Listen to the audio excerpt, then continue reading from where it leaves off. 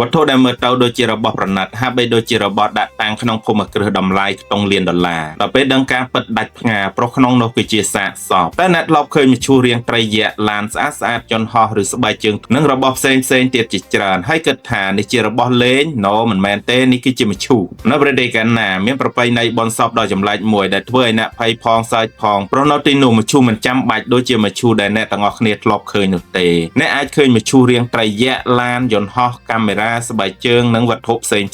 ដែលមើលទៅដូចជារបស់ធំសម្រាប់ដាក់តាំងប៉ុន្តែសូមកុំមើលរំលងចំណុចមួយវាមិនមែនជារូបចម្លាក់ទេវាគឺជាមឈូសដែលមានសាកសពកំពុងតែគេងលុកស្កប់ស្កល់នៅក្នុងនឹងតើហេតុអ្វីបានពួកគេធ្វើមឈូសបែបនេះសម្រាប់សហគមន៍មួយនៅក្នុងប្រទេសហ្គាណាជាពិសេសនៅក្នុងតំបន់ហ្គានអ្នកស្លាប់មិនត្រូវបានចងចាំត្រឹមតែថ្ងៃបញ្ចុះសពនោះទេគ្រួសារចង់ឲ្យមឈូសនោះបង្ហាញថាមនុស្សដែលស្លាប់នោះជានរណាប្រសិនបើជាមនុស្សធ្លាប់អ្នកនេសាទត្រីគ្រួសារអាចជ្រើសរើសធ្វើមឈូសដូចត្រីបើគាត់ជាអ្នកបើកឡានឬក៏ស្រឡាញ់រថយន្តខ្លាំងគេអាចធ្វើមឈូសជាឡានប្រសិនបើពួកគេជាប្រុសឬស្រីពេទ្យចាស់ពួកគេនឹងធ្វើមឈូសដូចជាលឹងនិងយូនីបើជាមនុស្សស្រមៃចង់ធ្វើដំណើរតាមអាកាសឬមានទំនាក់ទំនងជាមួយអាកាសចរពេលនោះមឈូសអ្នកស្លាប់អាចនឹងដូចជាយន្តហោះហើយប្រសិនបើមានមនុស្សម្នាក់មានអាជីពអ្វីគេនឹងធ្វើមឈូសដូចរូបរាងបែបនោះប៉ុន្តែអ្វីដែលសំខាន់គឺធ្វើតាមជីវភាពរបស់ពួកគេផងដែរនិយាយឲ្យងាយយល់ទៅគឺមឈូសនោះគឺជារូបរាងចុងក្រោយដែលប្រាប់ពិភពលោកថាអ្នកស្លាប់គឺជានរណា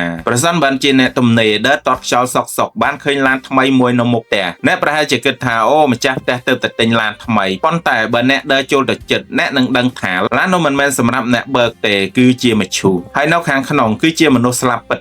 នេះហើយជាអ្វីដែលធ្វើឲ្យ Fantasy Confin មើលទៅចម្លែកខ្លាំងសម្រាប់មនុស្សដែលមកពីវប្បធម៌ផ្សេងតើប្រពៃណីនេះចាប់ផ្ដើមយ៉ាងដូចម្ដេចប្រពៃណីដែលធ្វើមឈូសមានរូបរាងពិសេសមានប្រវត្តិពាក់ព័ន្ធនឹងជាងធ្វើមឈូសនៅតំបន់ការក្នុងខេត្តមួយនៅប្រទេសកាណាជាងធ្វើមឈូសម្នាក់ក្នុងចំណោមជាងធ្វើមឈូសដែលល្បីបំផុតសេងខាលីនហើយជាជាងដែលល្បីបំផុតនៅក្នុងតំបន់ Greater Accra Region គឺជាជាងដែលមានភាពច្នៃប្រឌិតនិង design ដោយដៃរបស់គាត់មឈូសទាំងនេះល្បីដំបូងមកអស់នៅសតវត្សទី20ការងាររបស់ជាងទាំងនេះធ្វើឲ្យមឈូសคล้ายទៅជាស្នាដៃសិល្បៈមួយប្រភេទវាមិនមែនគ្រាន់តែយកឈើមកធ្វើជាប្រអប់មឈូសនោះទេជាដំបូងពួកគេត្រូវគូររូបរាងអ្វីដែលអតិថិជនរបស់គេត្រូវការហើយចាប់ផ្ដើមដំណើរការនឹងធ្វើដោយចេញរូបរាងហើយលាបពណ៌យ៉ាងល្អិតល្អន់និងប្រុងប្រយ័ត្នបំផុតពេលខ្លះមឈូសមួយអាចចំណាយពេលច្រើនជាងមួយសប្តាហ៍ក្នុងការធ្វើនិងរចនាក្បាច់ក្បួនហើយអ្វីដែលគួរចាប់អារម្មណ៍បំផុតនោះគឺមឈូសត្រូវបានរចនាឡើងតាមរឿងរ៉ាវរបស់អ្នកស្លាប់ដូច្នេះបើអ្នកស្លាប់ជាអ្នកស្រឡាញ់ឡានអ្នកអាចទទួលយកមឈូសរាងឡាន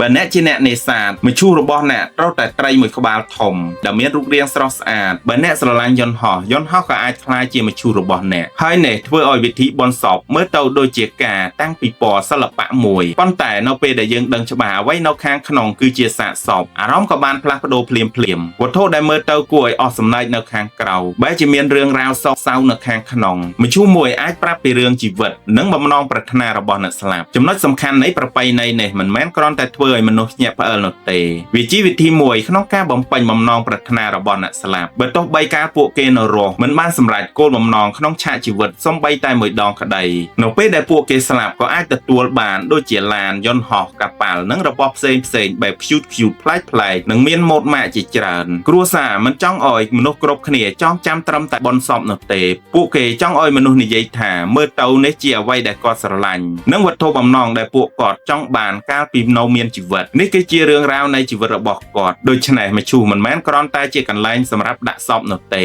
វាក្លាយជានិមិត្តរូបនៃការងារនិងមុខរបរសេចក្តីស្រមៃរបស់មនុស្សម្នាក់អ្នកខ្លះមើលឃើញហើយគិតថាការចាកចេញពីពិភពលោកនេះក្នុងមឈូសដែលធ្វើឲ្យអ្នករស់ចង់សើចប៉ុន្តែសម្រាប់គ្រួសាររបស់គាត់វាជាអាចពិធីចុងក្រោយក្នុងការនិយាយថាយើងមិនភ្លេចថាអ្នកគឺជានរណាពេលយើងមើលពីខាងក្រៅឃើញត្រឹមតែឡានត្រីយន្តហោះនិងវត្ថុផ្សេងប៉ុន្តែសម្រាប់គ្រួសាររបស់អ្នកស្លាប់ពួកគេកំពុងមើលឃើញមនុស្សម្នាក់ដែលពួកគេស្រឡាញ់ជាលើកចុងក្រោយនៅក្នុងមឈូស